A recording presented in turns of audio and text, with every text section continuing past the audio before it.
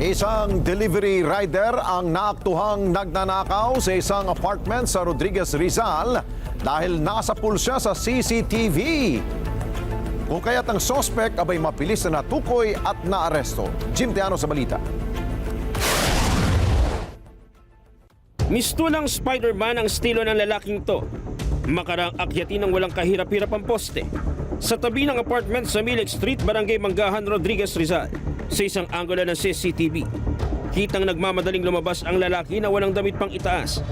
Nagawang talunin ng salarin ang ikalawang palapag ng bahay at saka naglakad na tila walang nangyari sa larawang ipinakita ng biktima sa otoridad. Bakas ang sugat sa mukha nito, indikasyong nakipagbuno siya sa sospek. Natangay sa kanya ang bag at wallet na may lamang 3,000 pesos at mga ID. Makaraang i-report sa mga otoridad ng biktima ang nangyari. Agad nagkasa ng follow-up operation ng mga pulis. Sa backtracking ng CCTV, positibong kinilala ng biktima ang salarin.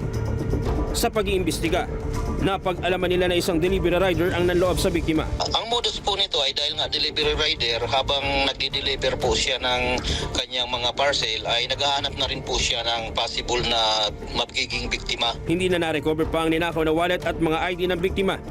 Sa tulong ng tip sa barangay, naaresto ang suspect matapos bumalik sa lugar at kunin ang naiwanan niyang t-shirt. Hinold namin yung tao dito sa barangay. Ang inaano lang nila kasi may naiwan ng t-shirt kanya.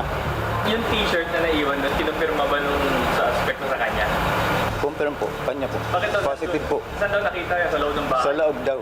Pero ang bagid naman ng suspect, naiwan daw niya, ay nahulog daw yan ng tanghali. Saan daw Sa kalsada, sa tapat.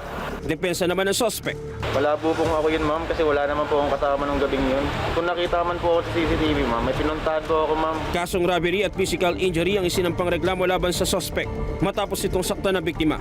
Jim Tejano, para sa mata ng Agila, matatag, matapang, matapat. Maraming salamat sa inyo pong pagsubaybay sa Mata ng Agila Primetime. Para malaman ang matatag, matapang at matapat na mga balita, i-follow lamang at mag-subscribe sa @Net25 TV.